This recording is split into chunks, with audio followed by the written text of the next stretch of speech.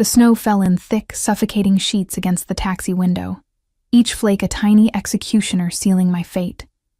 I pressed my forehead against the cold glass, watching the Christmas lights blur into watercolor streaks of red and green as we pulled away from the house. No, not my house anymore. Never my house. The Victorian mansion grew smaller in the rear window, its warm, golden glow mocking me. Every lit window a reminder of the family inside who'd just thrown me out like yesterday's trash. My phone buzzed in my trembling hands. Another text from Diana, my mother-in-law. "Don't bother coming back. You're not family. You never were." I tasted salt before I realized I was crying. "Where to, miss?" The driver's voice cut through my fog of misery. "Where to?" I had nowhere. My apartment was gone, sold when I'd moved into the Harrison estate 6 months ago, pregnant and stupidly hopeful. My parents were dead. My friends had slowly disappeared, absorbed into Marcus's world of country clubs and charity galas where I'd never quite fit. I was a waitress who'd accidentally gotten pregnant by a stockbroker's son, and his family had made sure I knew it every single day. "Just drive," I whispered, clutching my single suitcase. They hadn't even let me pack properly. Diana had stood in the doorway of what used to be my bedroom, arms crossed, her pearls catching the light like teeth. "You have 20 minutes. 20 minutes to pack up 6 months of my life. 20 minutes after they'd cornered me in the kitchen." Marcus standing silent while his mother did the talking. The pregnancy test had been negative. Again.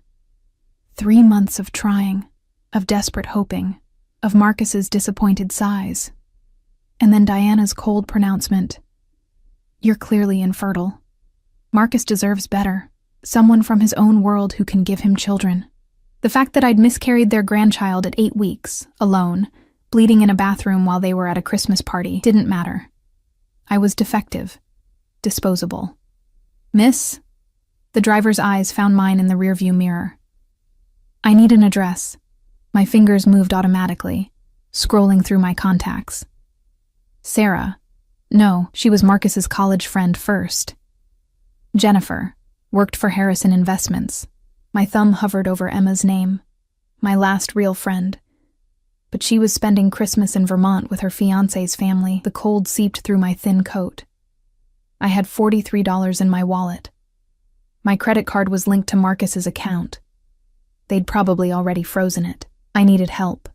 I needed someone who didn't know the Harrisons, who wouldn't judge, who might just care. I scrolled to a number I'd saved weeks ago. Danny Martinez, the contractor who'd renovated the Harrisons' pool house over the summer. He'd been kind, always greeting me when others looked through me like glass. We'd talked a few times, small conversations about music, about his daughter, about nothing important. He'd given me his number once, casual, friendly. "If you ever need anything, even just to talk." I hadn't called. It would have been inappropriate, but now... My vision blurred with fresh tears as I typed, "Danny, I know this is sudden, but I'm in trouble. I got kicked out and have nowhere to go. Please, I need help. Even just for tonight. I'm so sorry to ask." I hit send before I could overthink it. The driver was getting impatient. "Lady, I can't just keep the meter running." 5 more minutes, I begged. "Please." The phone buzzed. Relief flooded through me, warm and desperate. "Address?" Thank God. I typed quickly. "I'm in a taxi near the Harrison estate in Riverside. I can meet you anywhere." 3 dots appeared, disappeared, appeared again. "Send your location. My driver will collect you. Don't move. Driver." That was oddly formal, but maybe Danny was working late, at a job site. I fumbled with my phone's location services and sent my PIN. The taxi had pulled into a 24-hour diner's parking lot, the neon sign buzzing, "Rosie's Eats." "I'll wait here," I told the driver, paying him with most of my cash. My hands shook as I counted out the bills. Inside the diner, the warmth hit me like a wall, the smell of coffee and grease, the clatter of dishes, the tired waitress behind the counter. It was familiar. Real. I'd worked in a place just like this before Marcus, before the Harrisons had tried to sand away all my rough edges and remake me into something acceptable. I slid into a booth by the window, ordering a coffee I couldn't afford with my last few dollars. The clock above the counter read 9:47 p.m., Christmas Eve. Families were home, tucked safe in their warm houses, opening presents, laughing. I was alone in a diner, waiting for a near stranger to rescue me because I had no one else. The coffee arrived, bitter and scalding. I wrapped my hands around the cup, letting it burn. 20 minutes passed, then 30. Maybe Danny had changed his mind. Maybe he'd realized how pathetic this was. Headlights swept across the diner windows. Not a truck like I'd expected, but a black Mercedes SUV. The kind with tinted windows and chrome that caught the streetlights like knives. It pulled up directly in front, idling, exhaust curling into the snowy air. The door opened. A man stepped out, and my breath caught. This wasn't Danny Martinez. He was tall, 6'3" at least, wearing a charcoal overcoat that probably cost more than my entire year's salary. Dark hair, slightly too long, pushed back from a face that could have been carved from marble. All sharp angles and aristocratic features that belonged on Roman coins. But it was his eyes that stopped me. Even from here, through the window, I could see them. Dark, calculating, absolutely predatory. He scanned the diner with the precision of someone who assessed threats the way other people breathed. His gaze locked onto me through the glass, and something in my chest tightened. Recognition? No. Something else. Something that made the hair on my arm stand up. He moved toward the entrance with liquid grace, and that's when I noticed the second man. Bigger, broader, scanning the parking lot with a hand near his jacket in a way that suggested a weapon. A bodyguard. What kind of contractor needed a bodyguard? The door opened with a cheerful jingle that felt obscene given the sudden tension crackling in the air. The man in the overcoat entered, bringing with him the scent of expensive cologne, bergamot, and something darker, like smoke and secrets. Every person in the diner looked up. The waitress's smile faltered. The cook visible through the kitchen window went still. He walked straight to my booth. Elena Reyes? His voice was silk over steel, accented with something European, Italian maybe. Definitely not Danny's working-class Boston drawl. My mouth had gone dry. There's been a mistake. I was waiting for... You texted this number. He pulled out a phone. Not the cheap smartphone I'd expected, but something sleek, and probably custom. You said you needed help. I stared at the screen he showed me, my messages. My desperate plea for help. But the contact name above them didn't say Danny Martinez. It said D. Marchetti. Oh God, no. I'm so sorry, I stammered, my face burning. I grabbed the wrong number. I didn't mean... I'll just go... I started to slide out of the booth, grabbing my suitcase. His hand came down on the table, not touching me, but blocking my exit. I froze. Up close, he was even more intimidating, the kind of handsome that was almost frightening, made more so by the absolute authority in every line of his body. You're alone, he observed, those dark eyes traveling over me with unnerving precision. On Christmas Eve, with one suitcase and tears on your face. He tilted his head slightly. Where were you planning to go, Elena? How did he know my full name? I'd only signed the text with my first, I don't know you, I whispered. How do you have my number? Something flickered in his expression. Not quite a smile, but close. You gave it to me, 3 months ago, at the Riverside Children's Hospital charity gala. My mind raced back. The gala. I'd gone with Marcus, spent the whole night feeling out of place in a borrowed dress. I'd escaped to the balcony at one point, overwhelmed, and there'd been a man. We'd talked for maybe 10 minutes. He'd been charming, intense, had asked questions about my work at the hospital where I'd been volunteering.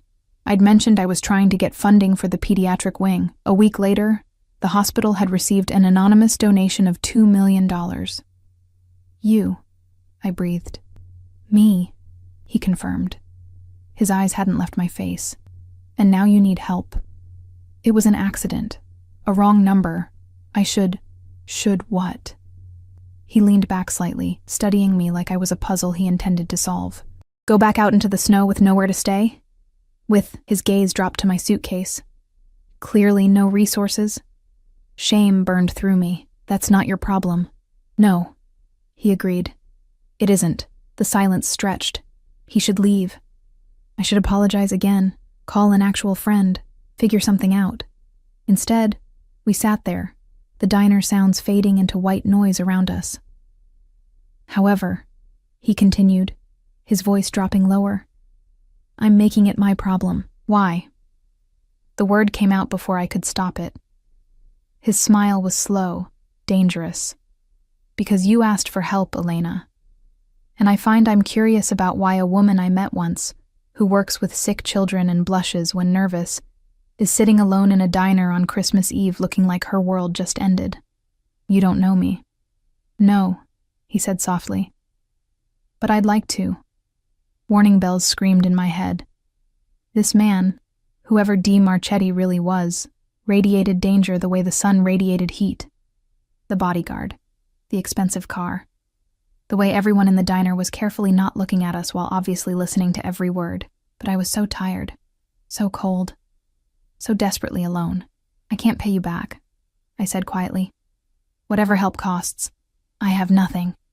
I'm not asking for payment. He stood, buttoning his overcoat with movements that were almost hypnotic in their precision. My driver is outside. You can come with me, or you can stay here. But decide now, Elena. I don't make offers twice. This was insane. Going with a stranger, a clearly dangerous stranger, into the night. Everything I'd ever been taught screamed at me to refuse, but what choice did I have? I looked at my suitcase, at my empty coffee cup, at the reflection of myself in the window. Pale, lost, alone. Okay, I whispered. His expression didn't change, but something shifted in his eyes. Satisfaction? Triumph? I couldn't tell. He offered his hand. I stared at it. Strong, elegant, with a platinum ring on his right index finger engraved with what looked like a family crest. I took it. His skin was warm, his grip firm but careful, like he was very aware of his own strength.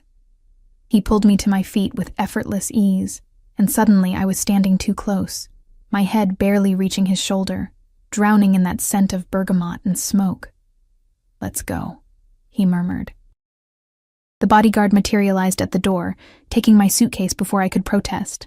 The waitress wouldn't meet my eyes as we passed. Outside, the cold hit me like a slap, but Marchetti's hand was on my lower back, guiding me to the SUV where the driver already had the door open. The interior was warm, leather seats soft as butter. Marchetti slid in beside me, and the door closed with an expensive thunk that sounded like a vault ceiling. As the SUV pulled away from the diner, I caught a glimpse of my reflection in the tinted window. I looked small, fragile, completely out of my depth. Where are we going? I asked, my voice barely audible. Marchetti was typing something on his phone, his fingers moving with practiced speed. Without looking up, he answered, somewhere safe. That's not an answer. It's the only answer you need right now. He finally looked at me, and in the dim interior light, his eyes were almost black. You're exhausted, Elena. When we arrive, you'll eat, rest, and tomorrow we'll discuss your situation. My situation, I repeated numbly. Your homelessness. Your apparent estrangement from whoever owned that mansion. Your next steps. He returned to his phone. But tonight, you're under my protection. Nothing will harm you, under his protection. The phrase should have comforted me. Instead, it felt like a claim, a brand. I'd escaped one gilded cage only to walk directly into another. The city lights blurred past the windows. I had no idea where we were going. Didn't know who this man really was, what he wanted, why he'd really come for a stranger's desperate text. I should have been terrified, but as the warmth of the car seeped into my frozen bones, as exhaustion pulled at me like a riptide, I found I was too numb to care. I'd asked for help. I'd gotten Dominic Marchetti instead. God help me. The SUV glided through streets I didn't recognize, leaving the familiar neighborhoods behind. I watched the city transform through the tinted windows, from suburban comfort to urban density, then into an area where the buildings grew taller, more imposing, their architecture speaking of old money and older power. We crossed a bridge, the river below black and restless, reflecting the city lights like scattered diamonds. Marchetti hadn't spoken since his last pronouncement. He sat with his phone, occasionally typing, his face illuminated by the blue glow. I studied him in stolen glances, the strong line of his jaw, the way his dark hair fell slightly across his forehead, the absolute stillness with which he held himself. Marcus had always been in motion, fidgeting, tapping his feet. This man existed in complete control, every movement deliberate, economical. The bodyguard in the front passenger seat, built like a wall, with a shaved head and a scar bisecting his left eyebrow, murmured something in Italian to the driver. Marchetti responded without looking up, his tone casual but edged with authority that made both men straighten slightly. "Do you speak Italian?" I blurted out, immediately regretting breaking the silence. His eyes lifted from the screen. "Among other languages, you speak Spanish? My father was from Mexico. He taught me before—" I stopped. "Before he died. Before the drunk driver on a rainy Tuesday stole him from us. Yes. Reyes," he mused, as if tasting my last name. "Your mother?" "Irish. Flynn." I twisted my fingers in my lap. "She passed when I was 19. Cancer." "I'm sorry." The words were conventional, but something in his tone suggested he understood loss in a way most people didn't. "No siblings?" "No, just me." The loneliness of that statement hit fresh. "What about you? Do you have family?" A shadow crossed his face. "I have obligations. It's not quite the same thing." Before I could ask what that meant, the SUV turned through tall iron gates that opened as if expecting us. My breath caught.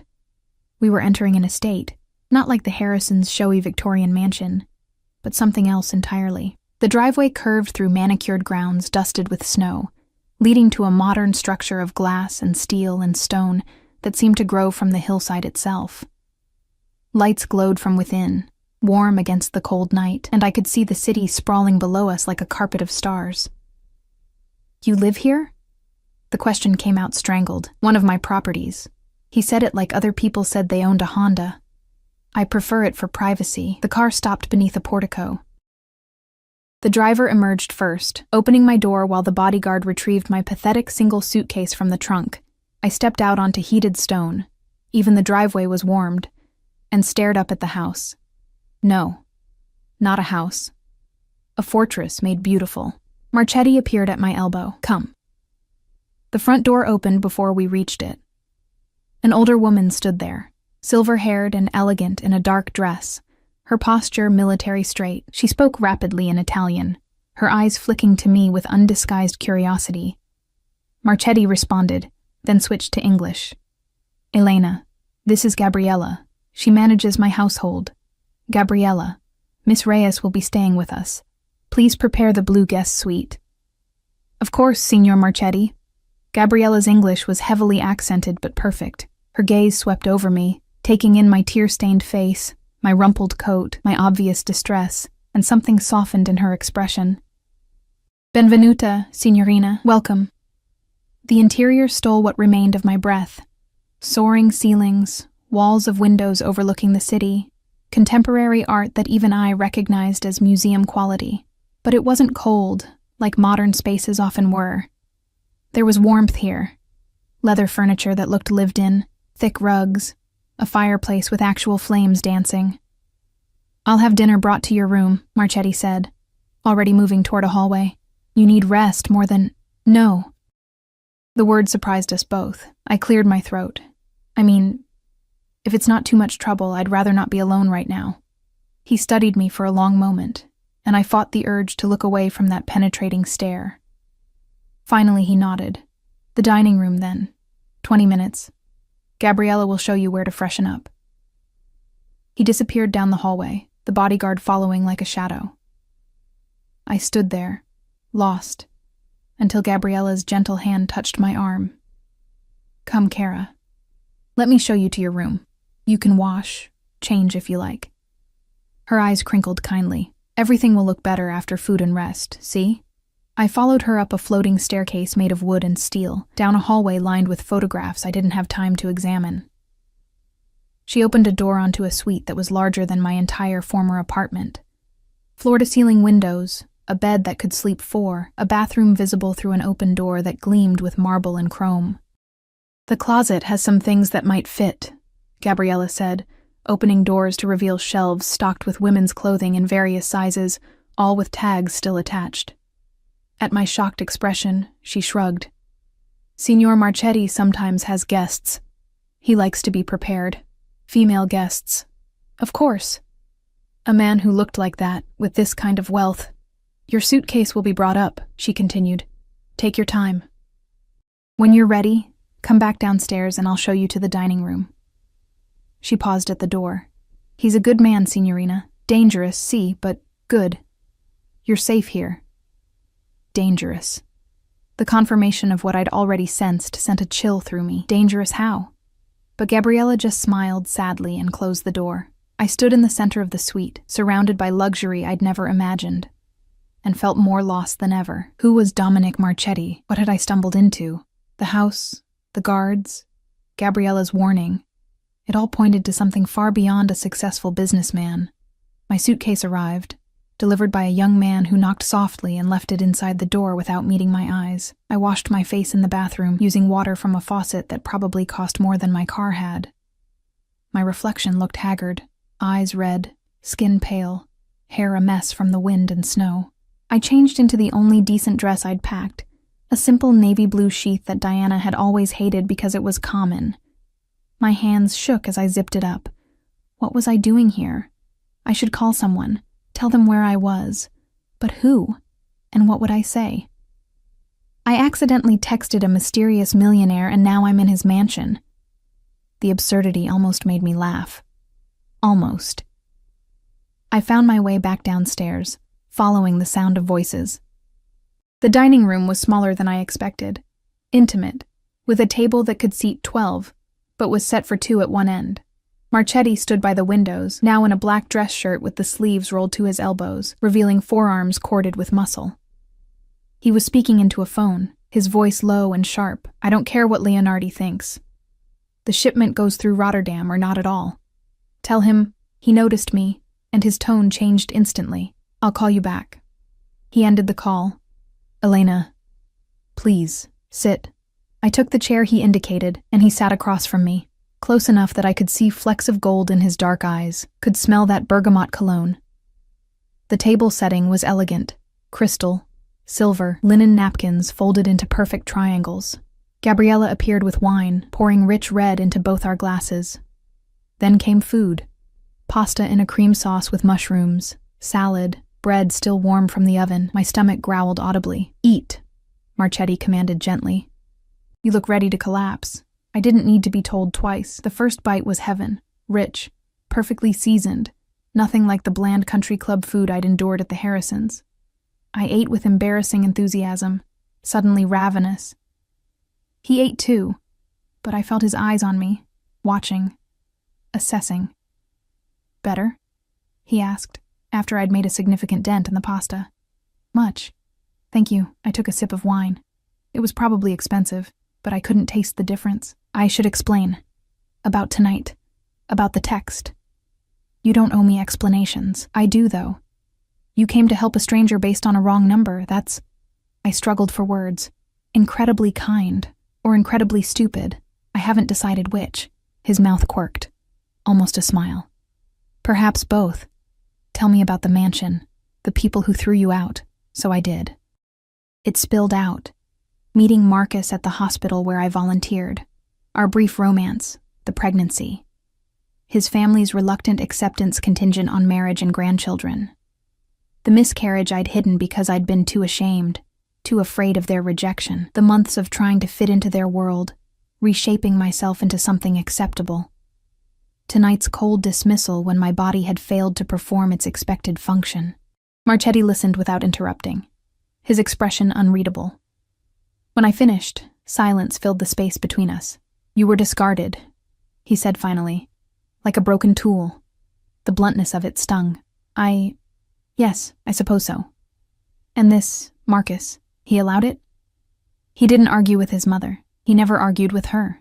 I twisted my napkin. I think he was relieved, actually. I wasn't what he wanted. I was just... convenient.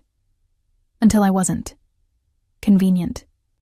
Marchetti's voice had gone cold. You speak of yourself as if you're an object. That's how they saw me. That's not what I asked. He leaned forward slightly. How do you see yourself, Elena? No one had ever asked me that. Not Marcus, not his family, not even my friends. I opened my mouth, closed it. How did I see myself? I don't know anymore, I whispered. Something flickered in his eyes. Anger, maybe, or recognition. Then we'll have to remind you. We? The word came out shaky. You're here now, under my roof. That makes you my responsibility.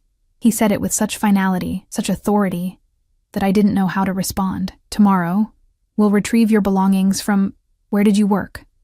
Mercy General Hospital. I was a volunteer coordinator, but I also worked in the cafe part-time. Past tense. I'd probably lost both positions by now. The Harrisons wanted me to quit the cafe, said it was beneath their family, but I needed something that was mine, wise. He refilled my wine glass. And your apartment that you sold? Gave up the lease. I didn't have much anyway. It was a studio. Everything fit in my car, which I also sold because Diana said we didn't need 2 cars, and Marcus's BMW was sufficient. Saying it aloud, hearing how thoroughly I'd erased my own independence, made my cheeks burn with shame. I see. His jaw tightened. And now you have 1 suitcase and $40. 43, I corrected automatically, then wanted to sink through the floor. Sorry, that was accurate. His eyes held mine. I appreciate accuracy, Elena. Don't apologize for it. He stood abruptly. Come with me. There's something I want to show you. I followed him through the house to a room I hadn't seen before, a library with walls of books reaching to the ceiling, leather chairs, another fireplace. But he led me to the windows, to the view of the city spread below us. What do you see? He asked. Lights. Buildings. The city. Look closer. I did. From this height, I could see patterns. The grid of streets, the clusters of neighborhoods, the way some areas blazed with light while others remained dark, the river cutting through like a black vein. Every light down there represents a life, Marchetti said quietly. A person making choices, fighting battles, surviving. Some thrive. Some merely endure. Some are crushed by circumstances or by other people's cruelty. He turned to me. Which one are you, Elena? I don't. Which one do you want to be? The question hung between us, heavy with implication. I thought about the girl I'd been before Marcus. Independent, working 2 jobs to make rent, volunteering because it mattered, not because it looked good on a society page. When had I lost her? I want to thrive, I said, surprised by the strength in my voice. I want to matter. Good. He was standing very close now, close enough that I had to tilt my head back to maintain eye contact. Then starting tomorrow, you rebuild. New job, new life, new Elena, but stronger this time, unbreakable. I can't ask you to. You're not asking. I'm offering. His hand came up, and for a breathless moment I thought he might touch my face, but he simply gestured to the city. I have resources, connections. I can help you stand on your own feet again. If you'll let me. Why? The question I'd asked before, asked again. Why do you care about a stranger's problems?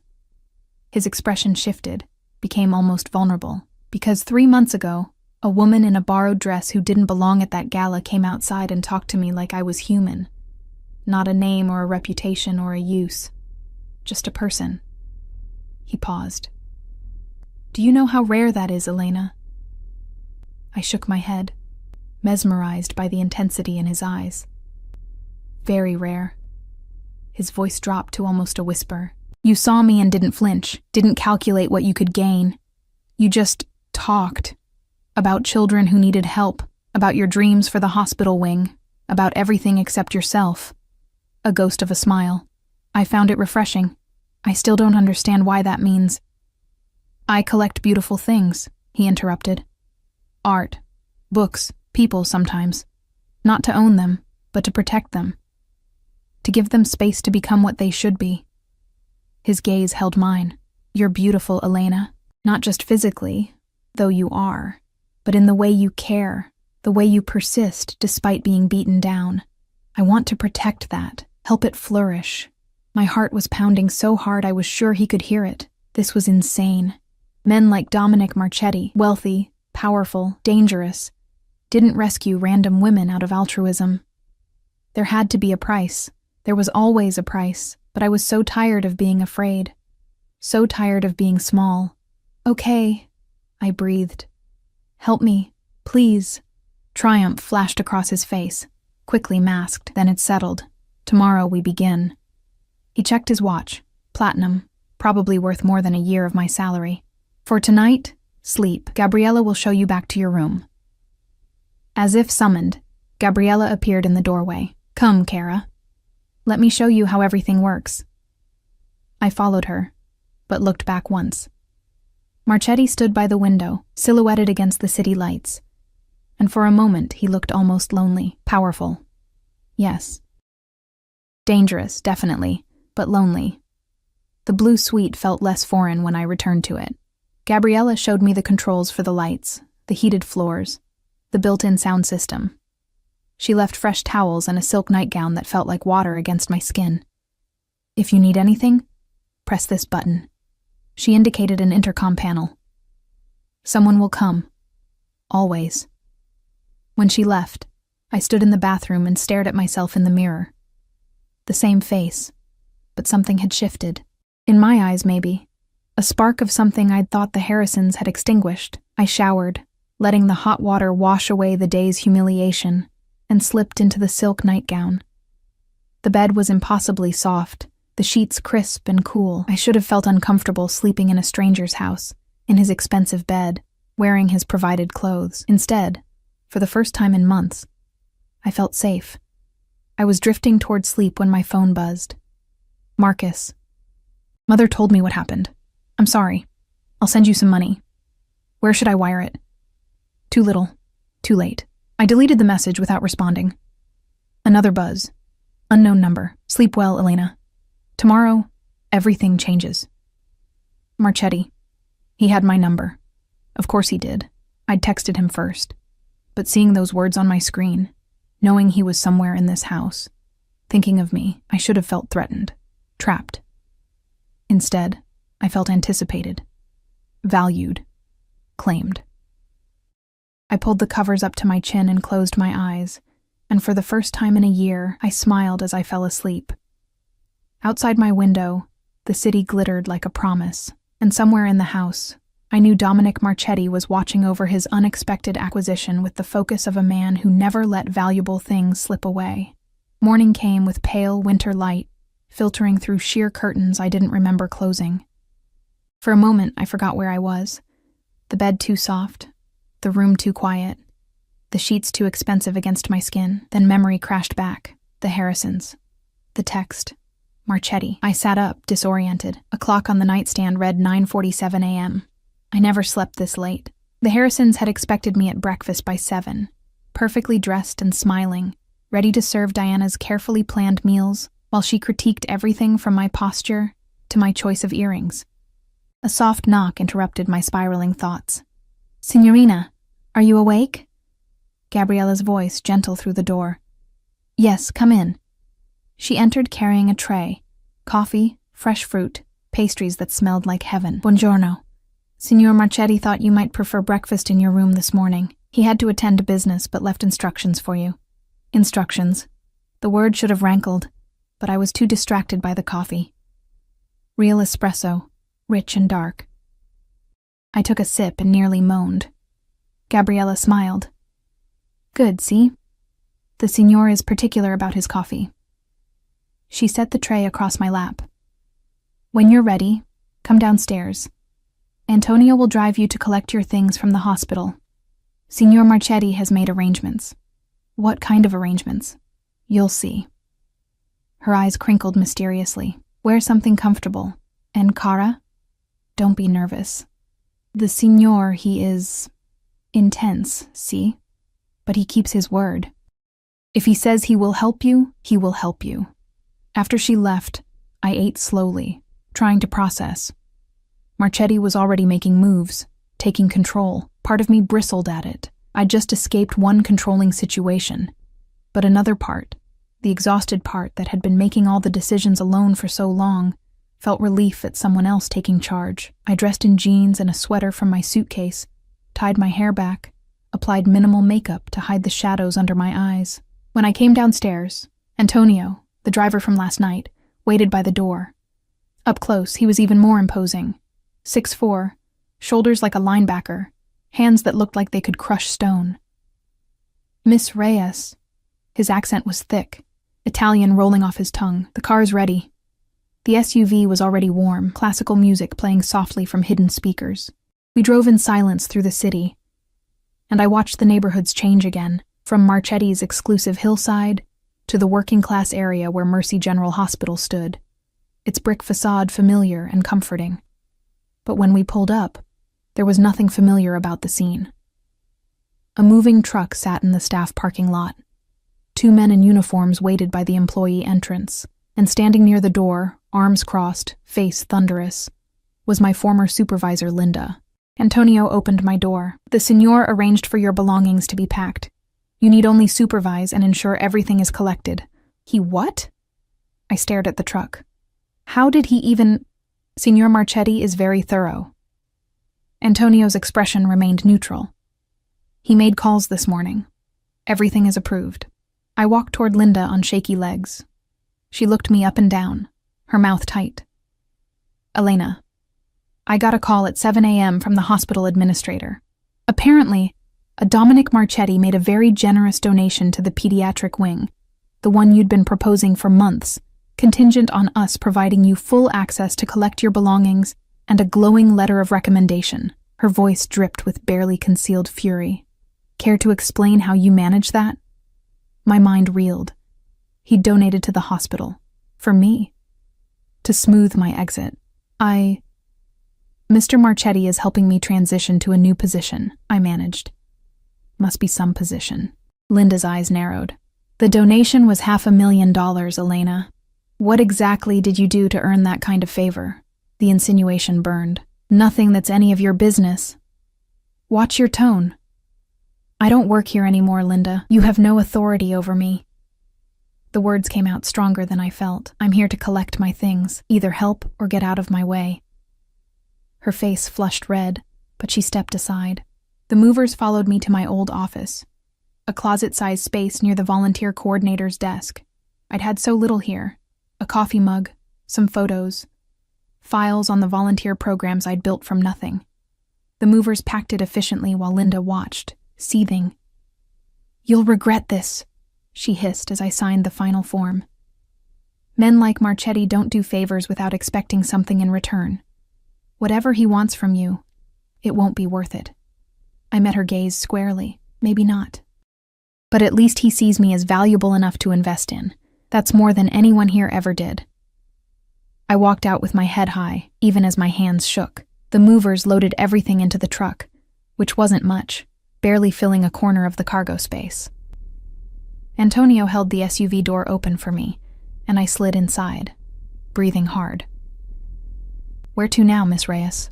he asked. I don't know. The Signor suggested shopping. He thought you might need clothes, necessities. Antonio pulled out a black credit card. "He asked me to give you this, no limit." I stared at the card like it might bite me. "I can't accept that. With respect, miss, the Signor anticipated you would say this. He asked me to tell you, consider it a loan if you prefer. But you need clothes for interviews, professional attire. Let him help." Antonio's stern face softened slightly. He is not a man who offers help lightly. To refuse is to insult him. Trapped. Neatly, efficiently trapped. But was it really a trap if I could leave any time? If I could say no? Except I couldn't, could I? I had nowhere else to go. "Fine," I whispered. "Take me shopping." Antonio drove to a district I'd never shopped in, where stores had security guards and mannequins wore clothes without price tags because if you had to ask, you couldn't afford it. He parked illegally, flashed something to a passing police officer who nodded respectfully, and escorted me into a boutique that smelled like leather and money. A saleswoman descended immediately, her smile bright and practiced. "Welcome. How can I help you today?" She needs a complete professional wardrobe, Antonio said before I could speak. Interviews, business meetings, quality pieces. Charge everything to this. He handed over the black card. The woman's eyes widened slightly at whatever name was on the card. Of course. Right this way, miss. For the next 2 hours I was measured, draped, consulted, and dressed like a doll. Suits in charcoal and navy, silk blouses, wool trousers, dresses that skimmed my figure without being inappropriate. Shoes. Real leather. Italian. The kind that cost more than my monthly rent used to be. A coat. Cashmere. In a deep burgundy that the saleswoman insisted brought out my complexion. I stood in front of the mirror in one of the suits, perfectly tailored, making me look competent and expensive, and barely recognized myself. Beautiful, the saleswoman breathed. Your husband has excellent taste. He's not my... I stopped. What was Marchetti to me? Benefactor? Savior? Something else entirely? Thank you. The bill came to over $8,000. I felt sick watching the saleswoman ring it up, but Antonio remained impassive, signing the receipt with a flourish. Bags and boxes filled the SUV. We hit 2 more stores, one for cosmetics and toiletries, another for what the assistant called essentials, but what I recognized as designer lingerie that made my face burn. Antonio waited outside that store, at least. By the time we returned to Marchetti's estate, it was past 3.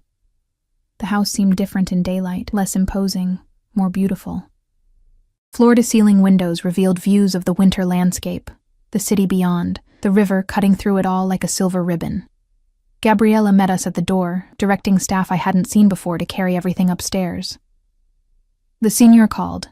He'll be home by 6 for dinner. He asks that you join him. Her eyes swept over the shopping bags. Good, you needed these things.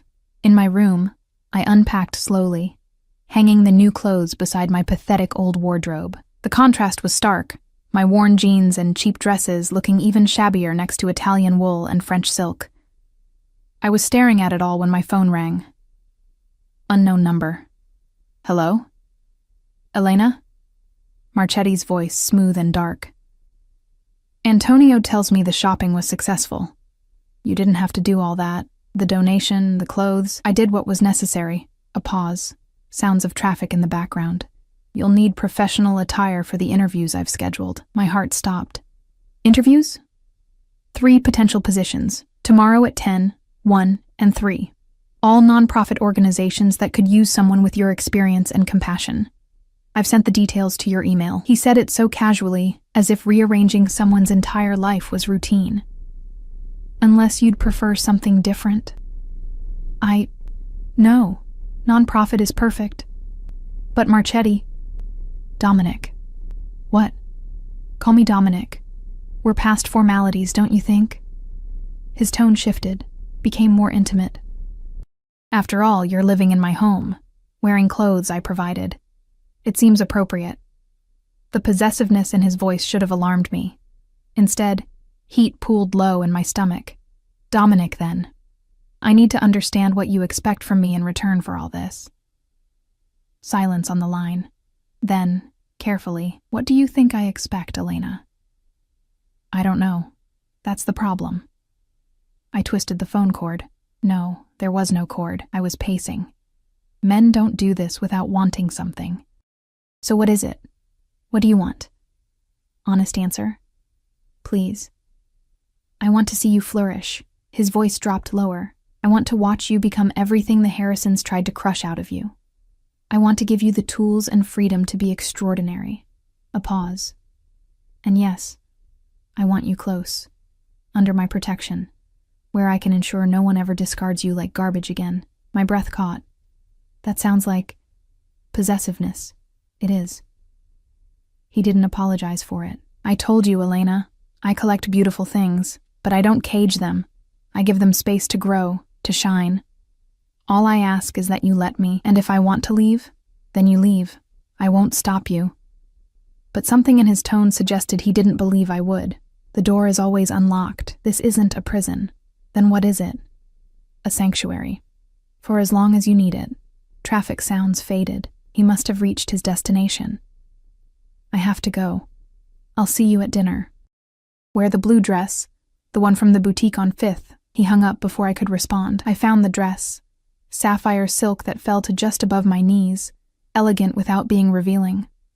Of course he'd know exactly which dress, exactly which store.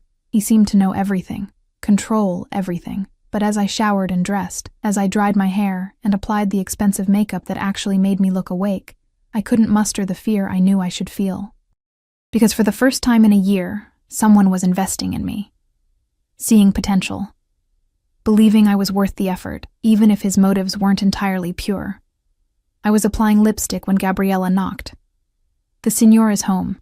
He's waiting in the dining room. My hands trembled slightly as I smoothed down the dress. This felt like more than dinner. It felt like a turning point, a commitment to whatever strange arrangement we were building. I found him by the windows again, but this time he'd changed. Dark slacks, a white shirt with the collar open, revealing a glimpse of his throat. He turned when I entered, and the way his eyes traveled over me made my skin flush. "Perfect," he murmured. "Come, sit." Dinner was more elaborate than last night. Multiple courses, each paired with wine. We talked about the interviews, about my background, about my dreams for working with nonprofits. He listened intently, asked questions that showed he actually cared about the answers. But underneath the civilized conversation, tension hummed. In the way his eyes lingered on my mouth. In the way my pulse jumped when his hand brushed mine, reaching for the wine. In the way the air seemed to thicken between us. After dessert, he stood. "Walk with me." We went outside onto a terrace I hadn't seen before, overlooking the grounds. The night was cold but clear, stars visible despite the city lights. He draped his jacket over my shoulders without asking, and I was enveloped in his scent, his warmth. "Thank you," I said quietly. "For today. For everything. Don't thank me yet." He stood close, not touching but present. "Elena, I need you to understand something." "What?" He turned to face me fully. "I'm not a good man. The things I do, the world I operate in, it's not clean. It's not safe. People fear me for reasons that have nothing to do with money or social status." My throat went dry. "Are you trying to scare me away?" "I'm trying to be honest." His jaw tightened. "You walked into my life by accident, but I'm choosing to keep you here. I want you to know what that means before you go to these interviews tomorrow, before you build a new life with my help. Because once you're tied to me, even tangentially, you're in my world. Under my protection, yes, but also in my shadow." "I don't understand what you're saying." He stepped closer. "I'm saying that Dominic Marchetti isn't just a businessman. I'm saying that the people who work for me, who fear me, who obey me, they do so because I've built an empire on things that would horrify you. And I'm saying that despite all of that, I want you anyway. Here. Close. Mine." The word mine hung in the air between us. "What kind of empire?" I whispered. His smile was sharp, dangerous. "The kind that operates in shadows. The kind your Harrisons would clutch their pearls over." He touched my face then, finally, his thumb tracing my cheekbone. "But the kind that protects what's mine with absolute ruthlessness. I should run." Every instinct screamed it, but I stood frozen, caught in his dark eyes. "I'm giving you a choice, Elena. Tomorrow, you go to these interviews. You get a job. Build your independence. You can use my resources and then leave. Cut ties. Build a life far from me." His hand slid to cup my jaw. "Or you can stay. Accept my protection, my help, my attention. But know that if you stay, I won't let you go easily." "That sounds like a threat." "It's a promise." My heart hammered against my ribs. "And if I stay, what do you get?" "You. Simple, direct, devastating. In whatever capacity you're willing to give. As a project, as a protege, as..." He paused, something hungry flashing in his eyes. "As something more, if you choose." "This is insane." "Yes," he agreed, "but you're still here." He was right. I was still here. My skin burning where he touched me, my body leaning into his despite my mind's protests. Because Dominic Marchetti, dangerous as he clearly was, made me feel alive in a way I'd forgotten was possible. "I need time," I breathed. "Take it." "But Elena?" He leaned closer, his mouth near my ear. "Know that I'm a patient man when I want something. And I want you." That won't change whether you stay tomorrow or leave." He released me and stepped back, leaving me cold and aching. "Good night, Elena. Sleep well. Tomorrow is important." He walked back inside, leaving me alone on the terrace with my racing heart and impossible choice: stay in the sanctuary with the wolf, or run back into a world that had already chewed me up and spit me out. I touched my face where his hand had been, and knew I'd already made my choice. I just wasn't ready to admit it yet. The first interview was at a children's literacy foundation in a renovated brownstone near the University District. I arrived 15 minutes early, wearing the charcoal suit that made me look competent and expensive, my hair pulled into a professional twist. Antonio had driven me, idling outside in the black SUV like a silent guardian. The director, Margaret Chen, was a woman in her 60s with kind eyes and ink-stained fingers. She welcomed me into an office crammed with books and children's artwork, offered tea, and we talked for an hour about my experience, my vision for volunteer programs, my ideas for expanding their reach to underserved communities. "Your references are impeccable," she said, reviewing the letter from Mercy General that Linda had been forced to provide. "And Mr. Marchetti spoke very highly of you when he called." My stomach tightened. "He called you?" "Yesterday. Made a generous donation and suggested we interview you for our coordinator position." Margaret smiled warmly. "But I want you to know, the donation doesn't guarantee you the job. I hire based on merit. Your ideas about integrating literacy programs with after-school care are exactly what we need. When can you start?" I blinked. "You're offering me the position, if you want it. 25 an hour, full benefits, room for advancement. You'd be managing our volunteer network and developing new programs." She extended her hand. "What do you say?" I shook it, dazed. "Yes. Absolutely yes." Walking back to the SUV, I felt lighter than I had in months. A real job, one I'd earned through my own merit, even if Dominic had opened the door. Antonio held the car door, his stern face almost approving. "Good news, Miss Reyes?" "Very good." I slid into the warm interior, grinning. "I got the job. The senor will be pleased." The second interview was at a women's shelter, and the third at an immigrant resource center. Both went well, both made offers, but my heart had already chosen the Literacy Foundation. Working with children, building programs that mattered, it felt right. It felt like returning to myself. I called Dominic from the car after the final interview. He answered on the first ring. "Elena, how did it go?" "I got 3 job offers." I couldn't keep the excitement from my voice. "I'm taking the position at the Chen Literacy Foundation. I start next Monday." "Excellent choice. Margaret is a good woman. She'll mentor you well." Pride colored his tone. "This calls for celebration. I'm sending a car to collect you at 7. Wear something elegant." "Dominic, you don't have to. I want to. Let me celebrate your success, Elena." Please, the please undid me. This powerful man, asking rather than commanding. "Okay. Thank you." Back at the estate, I found a box on my bed. Inside, wrapped in tissue paper, was a dress. Emerald green silk that shimmered when I lifted it. Elegant and sophisticated without being overly revealing, a note in strong, slashing handwriting. "For tonight. D." He'd known I'd succeed, had already planned to celebrate. I should have been unsettled by his presumption. Instead, warmth bloomed in my chest. Gabriella helped me with my hair, sweeping it into an elegant updo that exposed my neck and shoulders. The dress fit perfectly, hugging my curves before flowing to mid-calf. I barely recognized the woman in the mirror. Confident, beautiful, worthy. At 7 precisely, a different car arrived. A sleek black sedan with a driver I didn't recognize. He took me into the city, to a restaurant I'd only read about in magazines. The kind of place that required reservations months in advance, where celebrities dined and photographers waited outside. But we entered through a private entrance. Were escorted immediately to a secluded table on the rooftop terrace.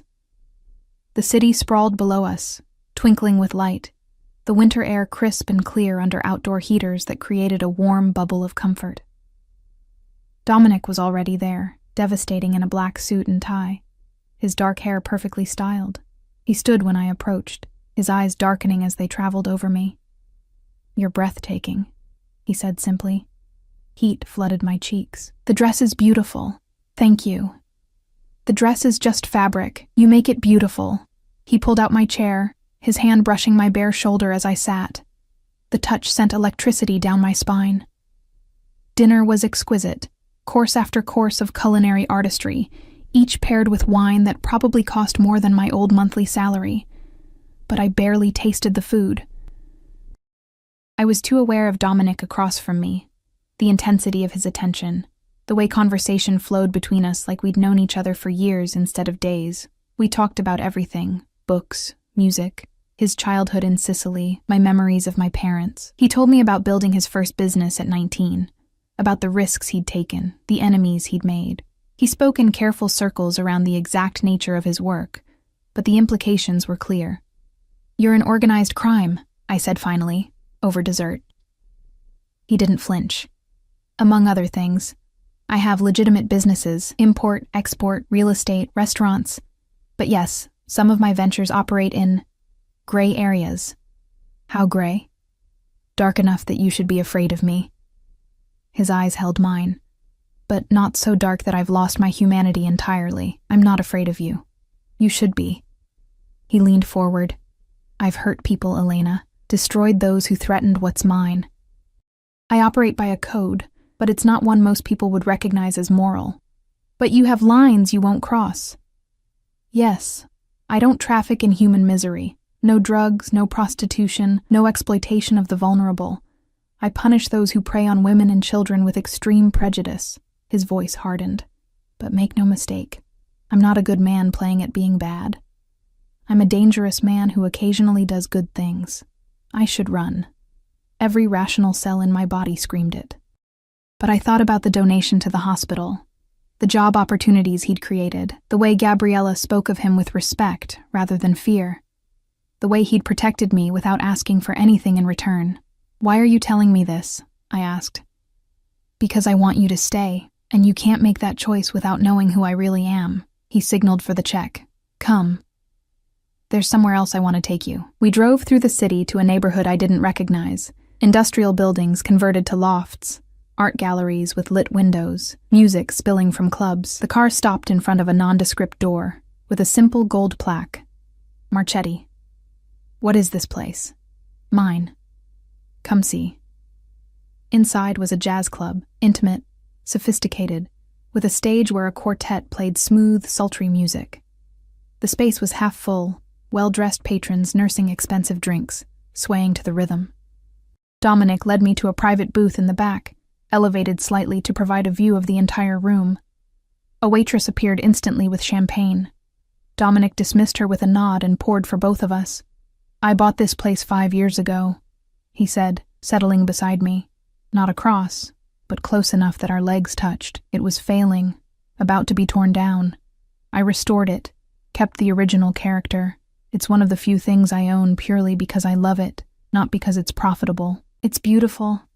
The music wrapped around us, intimate and seductive. "Do you come here often?" "Not as much as I'd like, but I wanted you to see it, to understand that I'm not just the shadow in danger. There's beauty in my world too, if you know where to look." He was seducing me, not with touch, though God, I wanted him to touch me, but with glimpses into his complexity. Showing me the monster and the man, letting me choose which one I believed in more. The music shifted, became slower. Couples drifted to the small dance floor. "Dance with me," Dominic said. Not a question. He led me down to the floor, pulled me into his arms with practiced ease. I'd never been a good dancer, had always felt awkward and ungainly. But with Dominic, it was effortless. He led with subtle pressure, his hand on my lower back, my hand in his, our bodies moving together like we'd done this 1,000 times. "I need to tell you something," I said against his shoulder. "Tell me." I don't know how to be in your world. I don't understand the rules, the dangers. I'm just a girl from nowhere who worked in hospitals and diners. I'm not sophisticated or connected or... Elena. He pulled back enough to look at me. "That's exactly why I want you. You're real, unaffected. You see me? Not my reputation or my money or my power. Do you know how rare that is? But I don't know if I can handle..." You're stronger than you think. His hand tightened on my waist. You survived the Harrisons trying to break you. You survived losing everything on Christmas Eve. You texted a stranger for help when you had no other options. That takes courage, Elena. Strength. Or stupidity. His laugh was low, genuine. Perhaps. But I'll take your kind of stupidity over the Harrisons' calculated cruelty any day. The song ended. Another began. We kept dancing. Stay, he murmured into my hair. Not just tonight. Not just while you get on your feet. Stay because you want to. Stay because when you're near me, you feel as alive as I do when I'm near you. My heart thundered. Dominic, I'm not asking for forever. I'm asking for now. For a chance to show you that what we could have together is worth the risks. He drew back, his dark eyes searching mine. Tell me you don't feel this pull between us. Tell me you don't wonder what it would be like to let me have you, fully and completely. Tell me. And I'll let you go. I couldn't, because I did feel it. This magnetic attraction that defied logic, that overrode every self-preservation instinct I possessed. From the moment he'd walked into that diner, something had clicked into place. Something inevitable. I feel it, I whispered.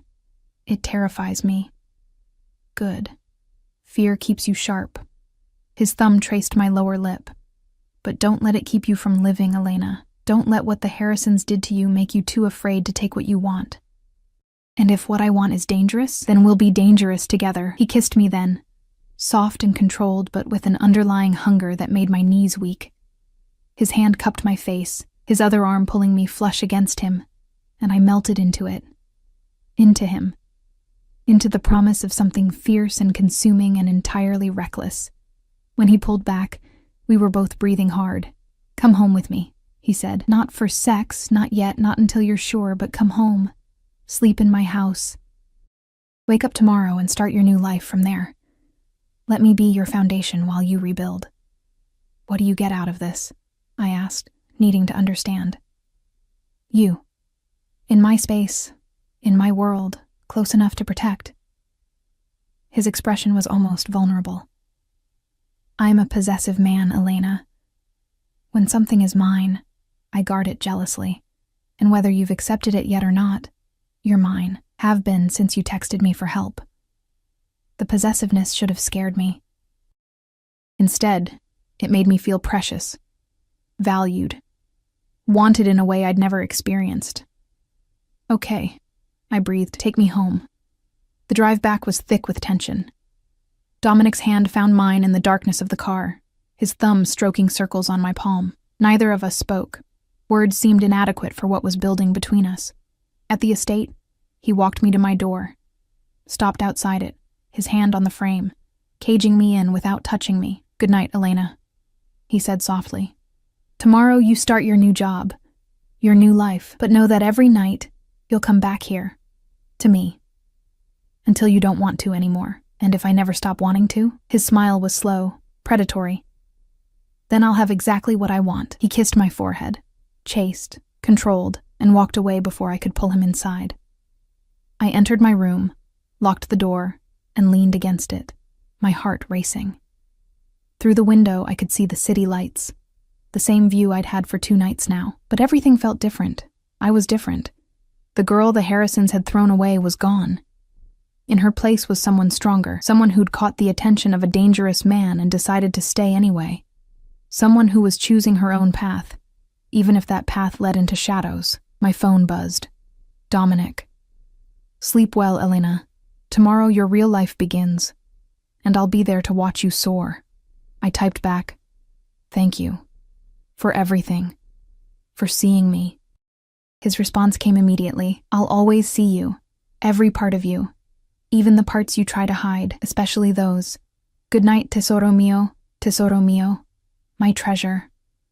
I fell asleep with my phone clutched to my chest, a smile on my face, and for the first time since my parents died, the feeling that I belonged somewhere, even if that somewhere was in the orbit of a beautiful monster who decided I was worth keeping. The next 3 weeks blurred into a routine that felt surreal in its normalcy.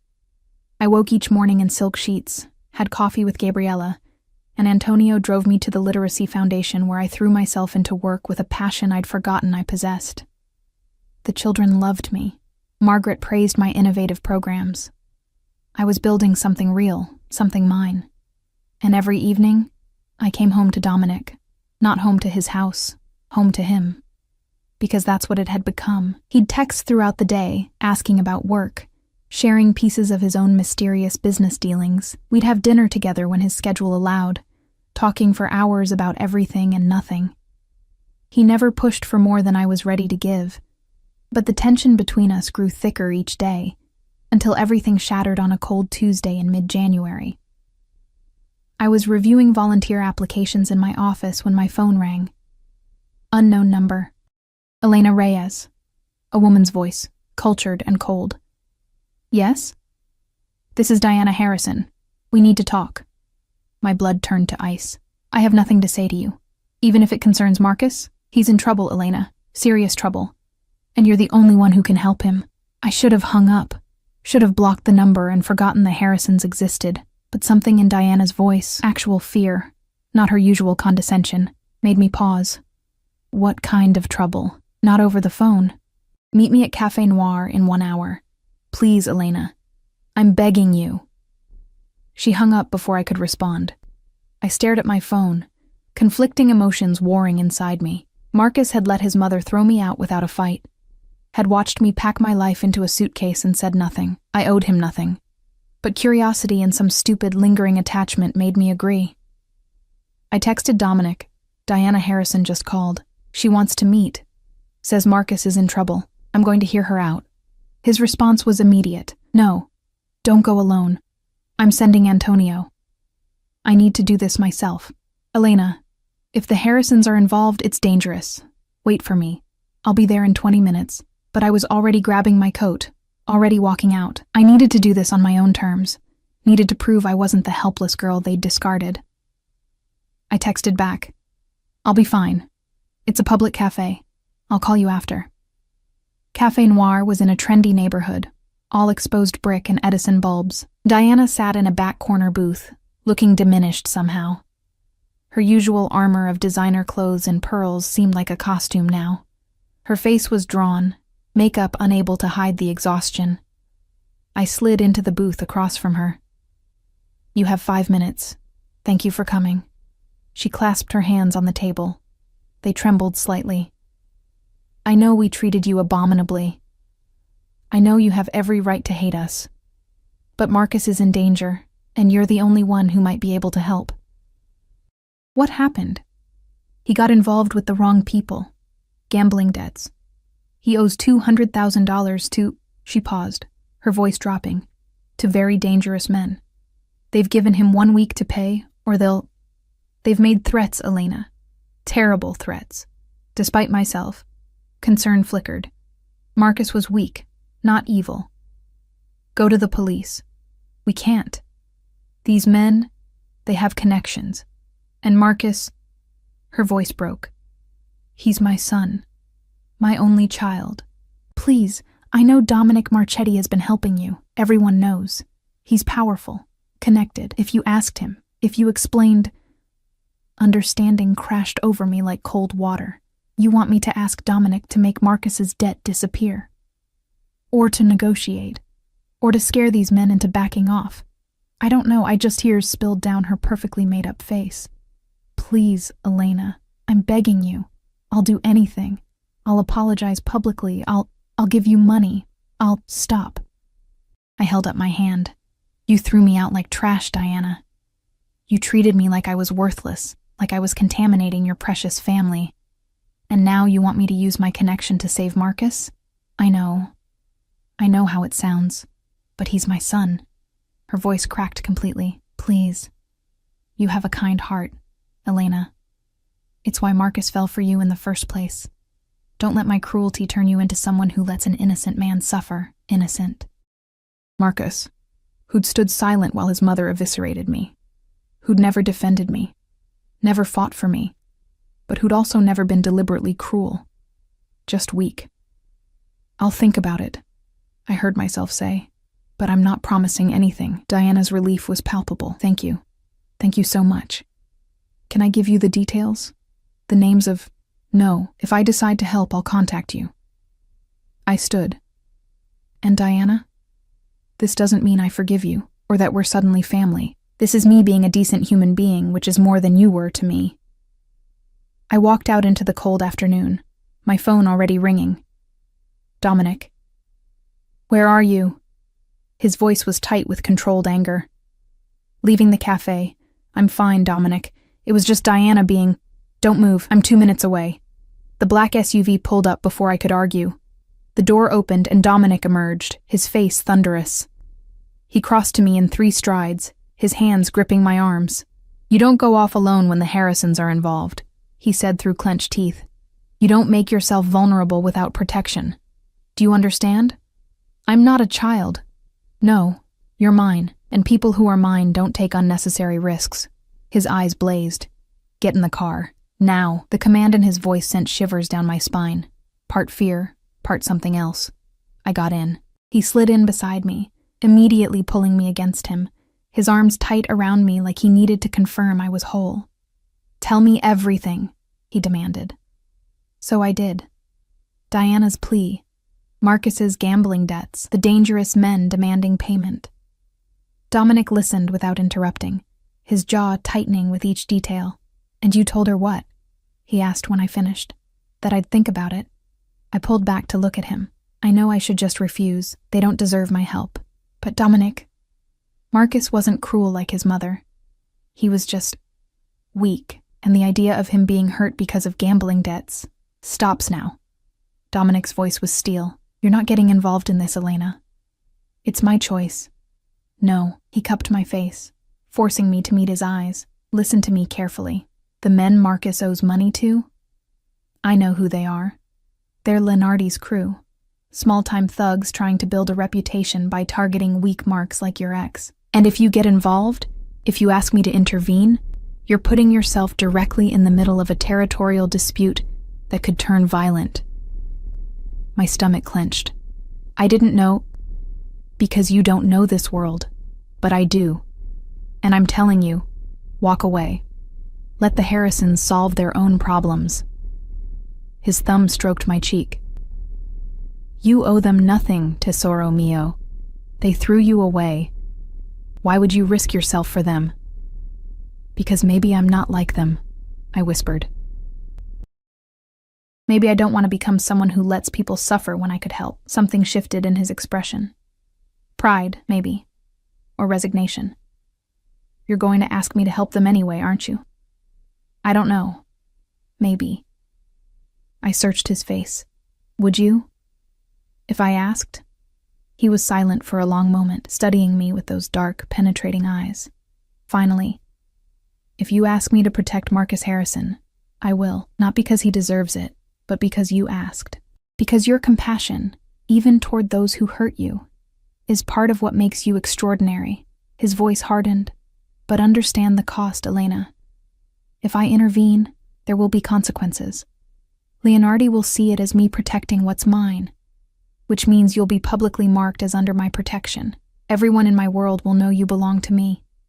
My heart hammered. And that's bad because it makes you a target, a way to get to me. It means you can never go back to being anonymous, to being safe in your normal life. He leaned closer. Once you're known as Dominic Marchetti's woman, everything changes. Your safety, your freedom, your choices, all of it becomes tied to me. Are you ready for that? Was I?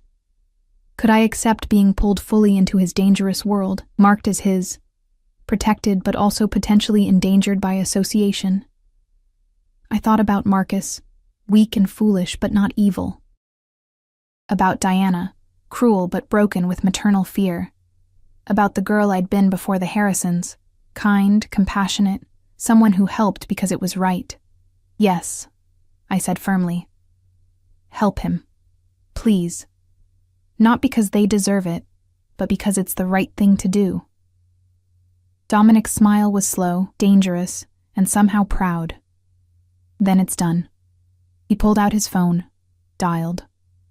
Spoke rapid Italian to whoever answered, his tone commanding. The conversation lasted less than 2 minutes. "Leonardi will forgive the debt by tomorrow morning," he said, pocketing the phone. "Marcus will receive a visit explaining that the matter is settled due to my interest in his former fiancée. The Harrisons will know they owe their son's safety to the woman they discarded." Just like that? Just like that. Because in my world, Elena, my word is law. He pulled me closer. "And because I would do anything you asked, even protect people I'd rather see suffer." The weight of that statement settled over me. The power I suddenly held, the influence, but also the responsibility, the danger. "Thank you," I whispered. "Don't thank me yet." His hand slid into my hair, tilting my head back. "Because now everyone knows. You're mine, Elena Reyes.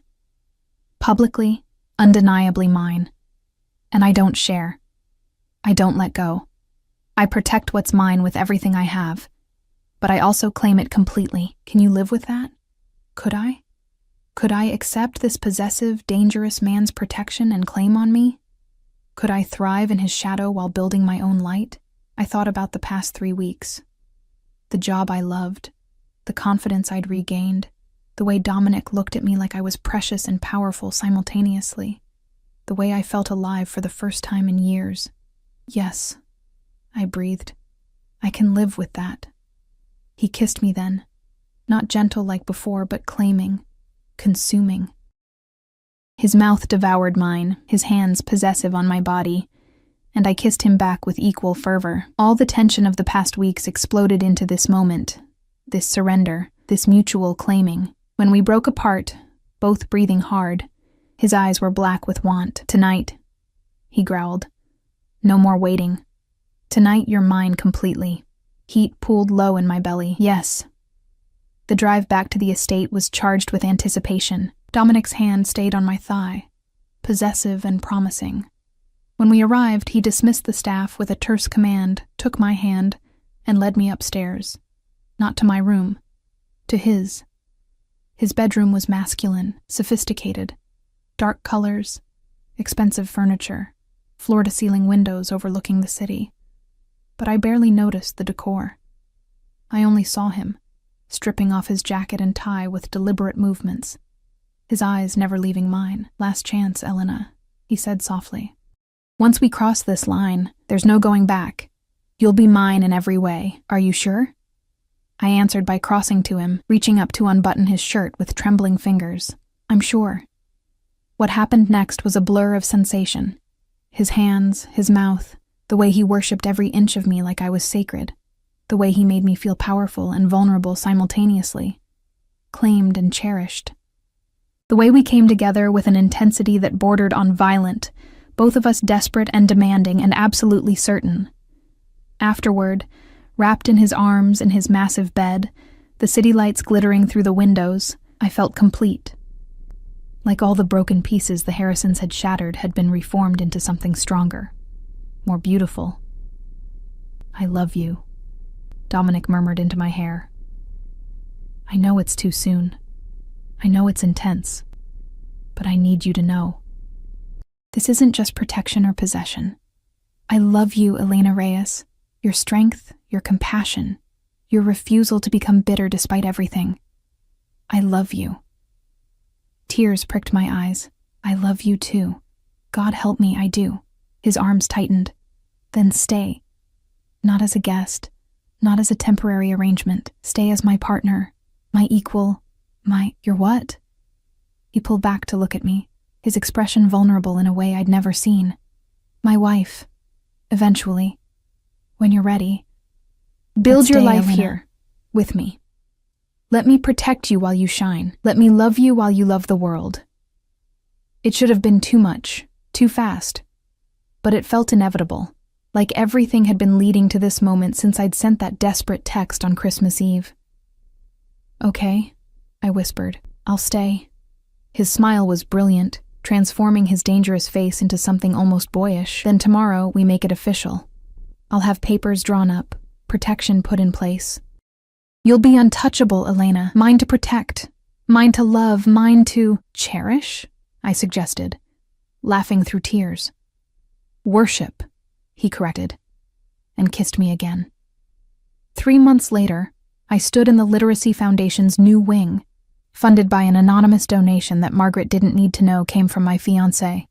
Watching children stream through for our after-school program, my program, the one I'd built from nothing. My ring caught the light, a simple platinum band with a single perfect diamond, not ostentatious, but unmistakably expensive, a claim and a promise. My phone buzzed.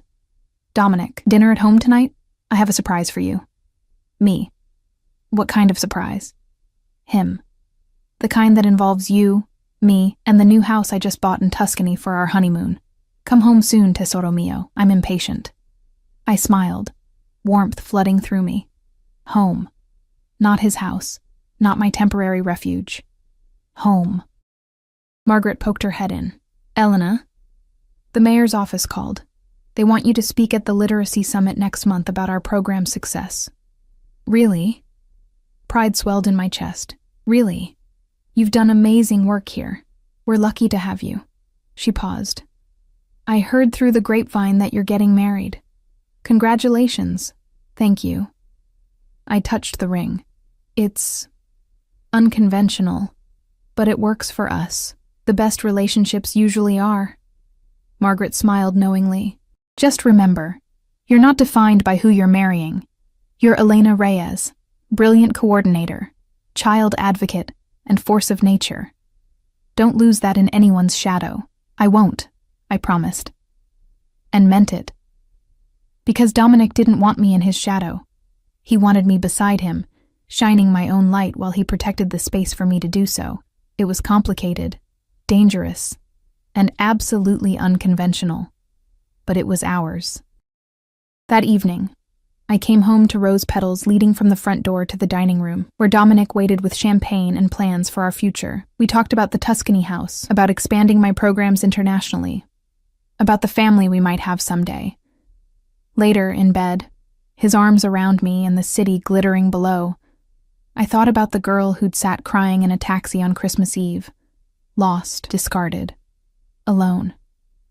She seemed like a different person now, someone from another life, because I wasn't that broken girl anymore.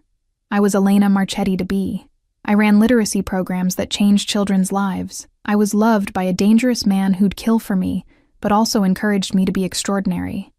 I had a home, a future, a purpose. The Harrisons had thrown me away thinking I was worthless. They'd been wrong. I'd landed in the arms of a monster who saw my value and guarded it jealously. And in doing so, I'd found myself again, stronger, fiercer, more whole than I'd ever been. What are you thinking? Dominic murmured sleepily. That I'm grateful, I whispered. For the wrong number. For you coming to save me. For everything. He kissed my temple. I didn't save you, tesoro. You saved yourself. I just gave you the space to do it. Maybe he was right. Maybe I had saved myself, with his resources and protection as tools rather than crutches. Either way, the girl who'd been kicked out on Christmas had become a woman who'd built an empire of her own, not of money or power, but of purpose and love and absolute certainty that she belonged exactly where she was, in the arms of a beautiful monster who'd chosen to be her sanctuary and who she'd chosen to make her home.